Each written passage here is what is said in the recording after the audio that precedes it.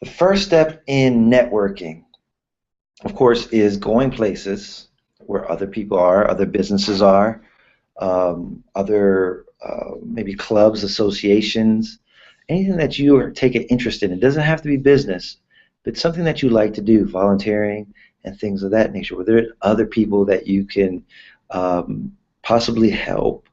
And that's all. That's what networking is all about, finding out where you can be of help.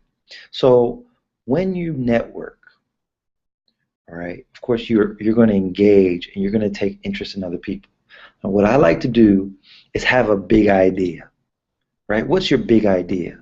So whenever you go to, let's say, a housewarming party, if you're going to volunteer at the church, if you're going to go exercising with a group of ladies, um, you have to think of a big idea that you're going to talk about. So if it's general people that are not in the real estate business, I may just have some facts and figures about real estate. So like Prince George's County, there's about 2,400 homes on the market in Prince George's County.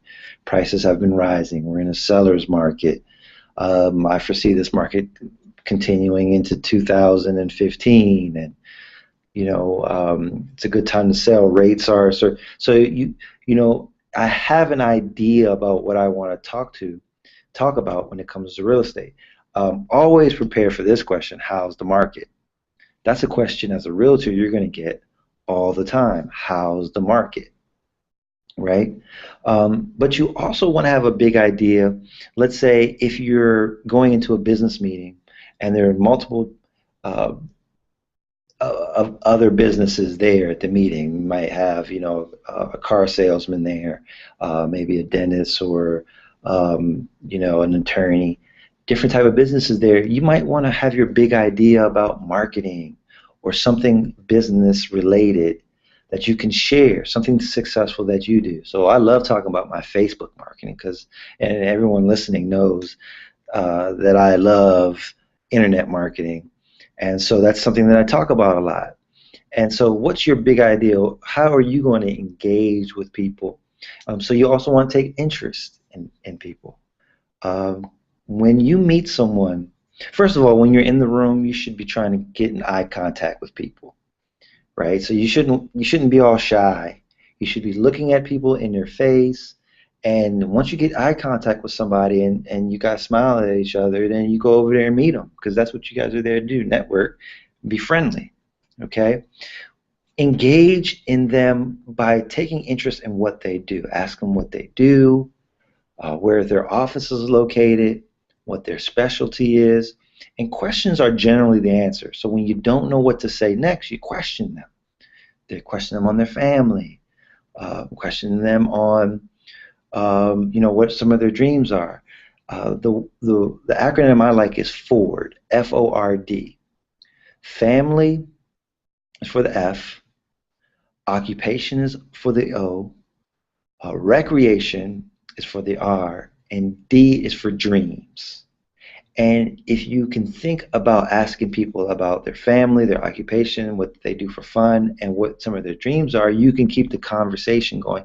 And I would much rather go to a networking event and have some deep conversations with one or two or three people rather than talk to 20 people and get their business cards, okay? Because networking is all about building lasting relationships. You want to find out the people, you want to find people that you can help and that would be good for your business to have in your network, because the more people that you can introduce your clients to, the more people that can solve your clients' problems, the better your network is going to be. Networking is about sending people business. So you want to find out what they do. You want to find out what they're good at. Okay? And so engaging, have your big idea, prepare for the question, how's the market? Because that's what everybody's going to ask you. You're a real estate agent. And then also question and take interest in people. Okay? So once you feel like you have a interesting person that you meet and you want to keep in touch with them, you want to then ask them, hey, can we do lunch? That's the magic. That's what people always say. Can we do lunch? Or what's your business? Give me your business card so we can keep in touch. And as soon as they give you their business card or give you their phone number, or email, you want to collect their email address. At that very moment, maybe after the conversation is over, you want to put their email or a reminder in your calendar to email them 5 or 10 days after the event. You want to go right to your phone, put in your email, put in your calendar, hey, email so and so. You might also want to put in a note who they are, what you guys talked about, and that would remind you to send an email, because most of the time you're going to grab cards, you're going to say, I'm going to keep in contact with these 6 people, and if you're like me, those cards sit on your desk for a long time and you never do anything with them. But I find that if you put a reminder in your calendar to email them, you'll actually get it done. So what do you email them? Okay, first thing you don't do is ask him for business. Don't email him and say, hey, I'm the real estate agent you talked to the other day. Please don't hesitate to send me any clients or any friends that could use my help. Don't do that. That's something that every realtor does, and you haven't done anything to make yourself stand out, in my opinion. So don't ask for help. What you may want to do is share a piece of information or research that you think they may be interested in. And that's the point of having a deep conversation with people. Find out what they're interested in. So you can send them some information about what they're interested in. You can basically send them an email that looks like this. You can say, hey, it was nice meeting you. Are you launching anything new or going to any other events in the next few months? So if you don't have any information to send them, you can send them that email, which sparks a conversation. Are you launching anything new or going to any other events in the next few months? And that kind of builds on your relationship. And then when they answer that, then you guys can go kind of back and forth and start that relationship. Now, staying connected, probably the most important thing in your network, in networking, is staying connected. Okay? So it's a good idea to reach out to your network once every month, once every 2 or 3 months. Okay? You want to engage in their social media right away. After you follow up and you feel like this is a good connection, you friend them on LinkedIn, you friend them on Facebook, and you friend them on Twitter. Now, it's a good idea to start groups on any of the social media sites that you regularly use. So me, I'm linked into like 5 social media sites, and they're all sharing information. But Facebook is the one that I really go to connect with people. So in Facebook, I have groups, and I have a very important people group, which are my past clients, people in my network, family, and then I have like, my news feed where, everyone else is. But if I really want to do some serious networking, I go to that group and look at their feeds first, because those are the people that they're in your sphere, and you really want to connect with those people. Facebook has become the best way to keep in touch with your past clients and your network. So the first thing you want to do is you want to engage on social media, comment, congratulate, like their posts and things of that nature. Now, you also want to call, talk to them on the phone, and ask them for their business cards. Ask them to send you 25 or 50 business cards so you can hand out to help them get more business. So you can either go pick it up or you can have them mail them to you. Now, it would be better for you to go pick them up, because then you get to have a face-to-face meeting with these people. But can you see how this can become a system that you do with every connection that you make? You engage with them, then you follow up with them, and then you stay connected.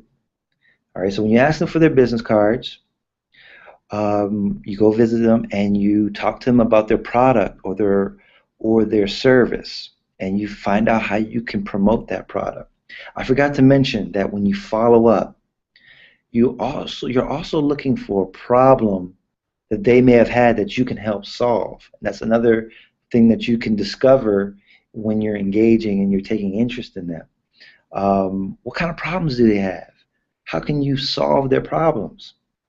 Now, what I love to do, and I've been very successful at getting leads from doing this, is I will interview the business person that I'm networking with. And business people love to get interviewed about their product or service. So what you do is when you go over there to pick up the 25 or 50 business cards, or if you're on the phone with them, you ask them if you can interview them so you can promote them to the people in your network, to promote them on your social media sites, promote them on YouTube. You love to interview them. Most people will say, yeah, great, I'd love to be interviewed. And what you'll do is you'll ask them for three of the questions that they get asked the most by their clients. So you'll say, hey, look, send me three of the questions that you get asked the most, and I'll ask them to you I'll ask those questions in our interview. And then you can answer them, and it does a couple of things. It provides a lot of content for the people that are watching because they're getting their questions answered before they even ask them. It also shows that the person who you're interviewing is an expert in their field. And then also you can send that video out to your social media, to the people in your database. You can send that out and give them information that they need. So let me give you an example of a couple of interviews that I've done in the past. And the great thing is I've done business with these people. They've sent me customers and clients after the fact. And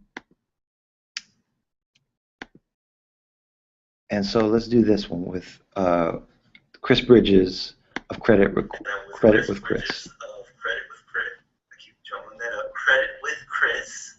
And Chris is going to talk to you a little bit about credit and what she does with credit. Thank you so much, Marcus, for inviting me to be here with your client base. I do appreciate it. And I am really excited to share today about principles of credit.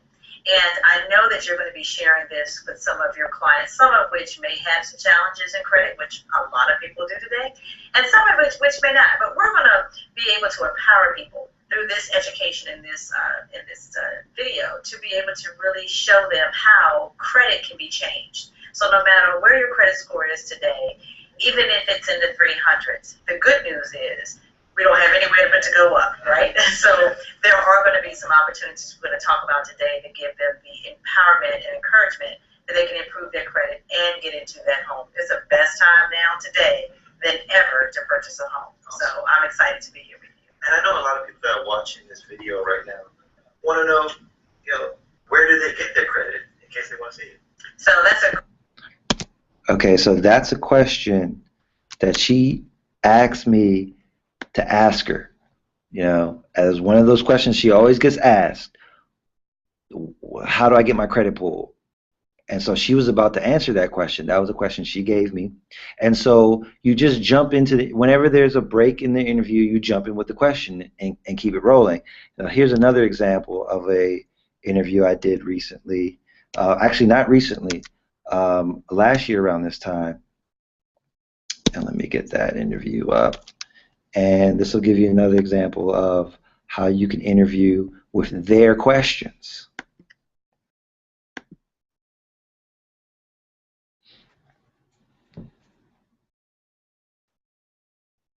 I'm with Guy Cooper, the healthy car guy.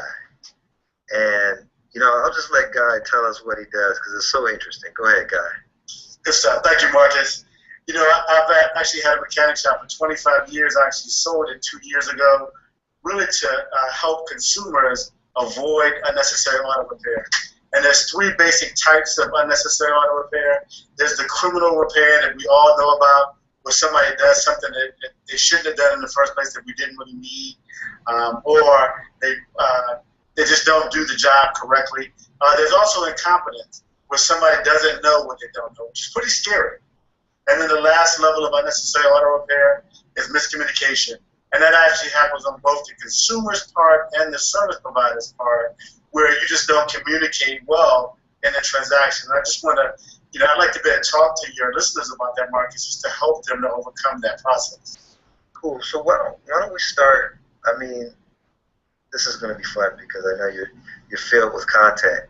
So why don't we start with the criminal mechanic? Like, how do we pick the right mechanic on the onset? It's, well, actually, you know what? It's something that probably most. Do you see that? How do you pick the right mechanic?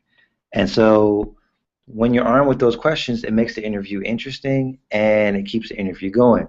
Now, I'm going to add the fact that I can call Guy, I can call Chris at any time. They're happy to get my phone calls. And you know, I get referrals from them, and I also send them business, and that's what keeps the network going. The go-giving spirit, where you're always trying to give and find business for the people in your network. You know, you're finding business for the plumbers in your network. You know, you're finding business for the attorneys in your network. So you got a spirit of you trying to make people money, and that keeps your network vibrant. Okay. Now, after you've done the interview, you want to send them a thank you card, thanking them for coming on the interview. You want to post the interview to YouTube, send them a copy of the interview. You want to share the interview on Facebook. You want to share it on LinkedIn. You want to share it on Twitter. You want to blast that email to your database. Okay. And then you also want to stay connected. So like I said, maybe once every 2 to 3 months, you give them a call. You send them a text. You comment on their social media sites. All right. In those calls, you want to ask them how's their business. How's business? You know, after you've gone through the system, now you ask for business. Now you want to remind them not to keep you a secret, and don't hesitate to introduce me to their family and friends who are thinking about buying real estate in the next 90 days. You can also ask them what's their real estate related goals for the year. Okay? And then, of course, you want to send them business.